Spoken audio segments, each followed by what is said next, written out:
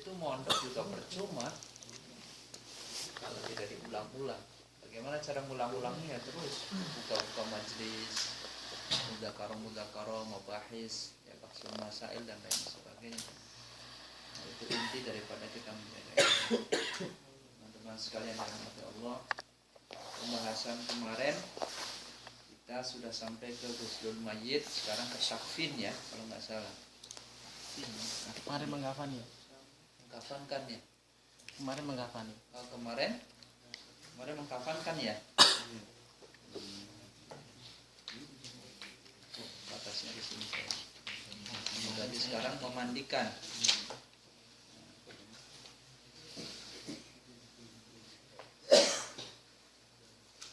Kemarin tata cara mengkafankan kita sudah sedikit mengetahuinya dari beberapa kitab yang saya pernah baca juga. Coba kita sekarang melihat tentang zikir-zikir, bacaan-bacaan ketika kita mengkafani. Kita ambil dari kitab Al-Azkar Nawawi. Ya, ulama-ulama ini mengarang kitab dengan berbagai versinya sesuai dengan gurunya masing-masing. Enggak seperti ulama-ulama zaman sekarang yang main membid'ahkan, main mendhaifkan hadis ya. Padahal mereka sendiri belajarnya tidak bersanad juga. Kayak siapa itu? Syekh Nasiruddin Al-Albani. Enggak tahu dia juga belajar dari siapa sanadnya. Kadang hadis Sahih Muslim didhaifkan sama mereka. Itu teman-teman sekalian, hati-hati dalam mengikuti ulama itu.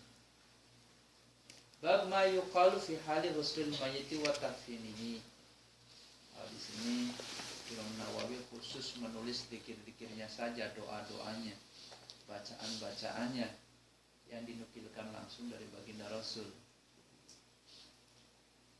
Bab menerangkan tentang mayuqalu, apa-apa yang dikatakan di dalam hali keadaan ghusli, memandikan al-mayyiti, mayyit, wa takfinihi, dan mengkafaninya itu mayyit. Yustahabul iksaru min dzikrillahi ta'ala, adalah hukumnya mustahab, dianjurkan oleh baginda Rasul ketika kita memandikan dan mengkafani mayit dengan zikir-zikir.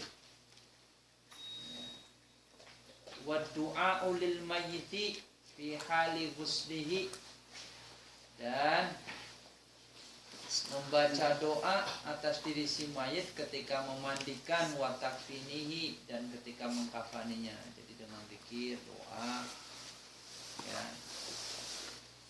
Kalau pakai bismillah termasuk zikir enggak? Bismillah wa ala millati apa-apa.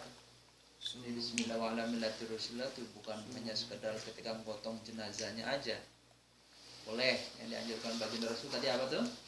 Bismillah wa ala millati Rasulullah. Kalau sholawat boleh nggak sholawat?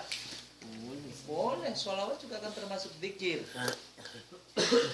Bahkan afdhalul dzikri la ilaha illallah, kemudian setelah itu sholawat kepada Nabi. Ya, kalau di kampung memandikan ya Allahumma sholli ala, sambil guyurin itu kan. Sampai mengkafannya pun bersholawat. Kalau tasbih, barangkali tasbih ya, kalau di daerah mana itu saya pernah terjun itu NTT Ternate itu enggak sholawat ya.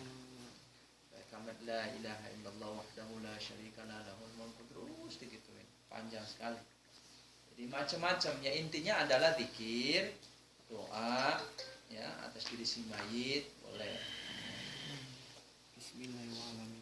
Wa qala ashabuna, dan telah berkata ashabuna, para ulama-ulama menurut Imam Nawawi di sini ya, dari sahabatnya Imam Nawawi, Juraih, apalagi itu Jaziri, seangkatan dengan Imam Nawawi ya. Ini bukan Al-Hajjaj ya. Kalau ada hadis yang diriwayatkan oleh Al-Hajjaj, itu Syiah yang dipelintirkan hadis-hadisnya. Saya punya buku kecil itu, Majmu'ul Fatawa Ahlus Sunnah ala Syiah. Jadi fatwa-fatwa ulama Sunni tentang Syiah. Di situ diriwayatkan hadis-hadisnya plus para perawi-perawi Syiah. Makanya hadisnya banyak diterpinggirkan.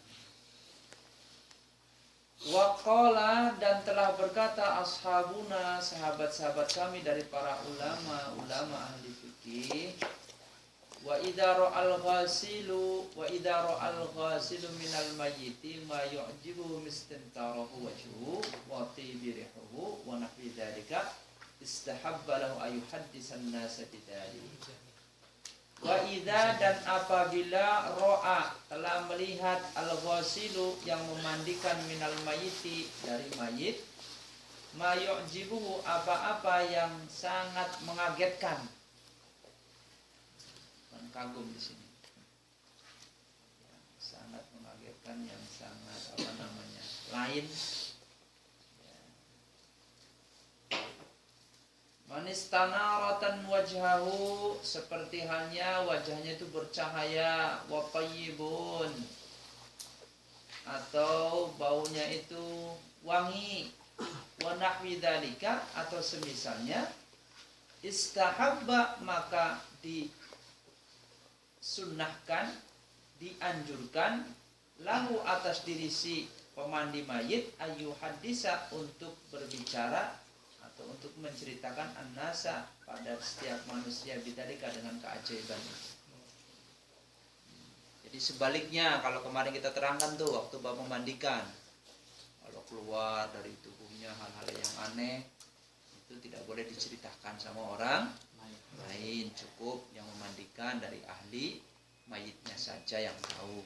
Tapi kalau yang dilihat adalah kebagusan yang sangat mengagumkan, wajahnya bercahaya, baunya wangi, atau senyum, ya, dan lain sebagainya, maka itu dimustahabkan, dianjurkan untuk diceritakan kepada orang lain.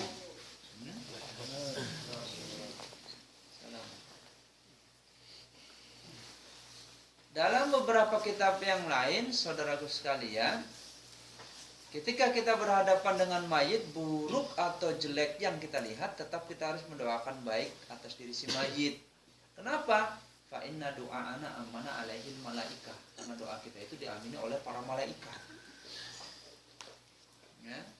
Kalau kita lihat mayitnya keluar apa, baunya nggak enak, tetap aja doakan saja, Allahumma gfirlahu warhamhu wa'afihi wa'anhu wa wasi' madkhalahu. Jangan kusak-kusuk, jangan menceritakan, dasar memang dulunya perempuan anu.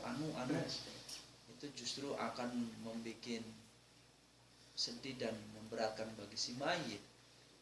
Ya, tidak hanya bagi si mayit, bagi keluarganya pun mungkin sangat menyakitkan. Maka dianjurkan oleh ulama untuk selalu mendoakan yang terbaik buat diri si mayit. Wa idza ma yukrahu, dan sebaliknya jikalau ro'a, melihat atas diri si pemandi mayit, ma apa-apa, yukrahu, yang sangat tidak disukai, min sawadin wajhihi, dari hitamnya mukanya, wa natunna wa taghayyuru udwun, berubahnya anggota badannya, itu tadi keluar nanah dan lain sebagainya, ya. Mana ada teman-teman sekalian itu. Nah, kebetulan saya kadang, ya, saudara sayanya yang tukang seperti itu di kampung berhalangan, di kita yang muda ya, sering menemukan hal seperti itu. Ya, kita cukup diam saja.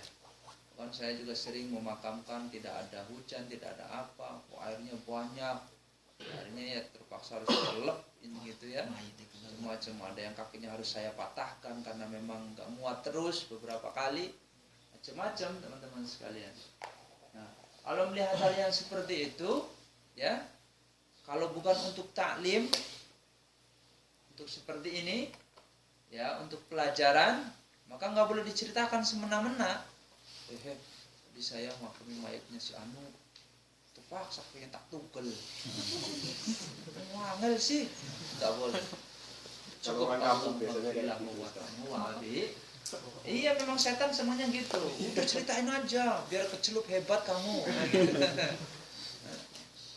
Ada orangnya kurus, memang penyakitnya tahunan, ya, diangkat berat banget. Iya. Sampai ada mayat, subhanallah.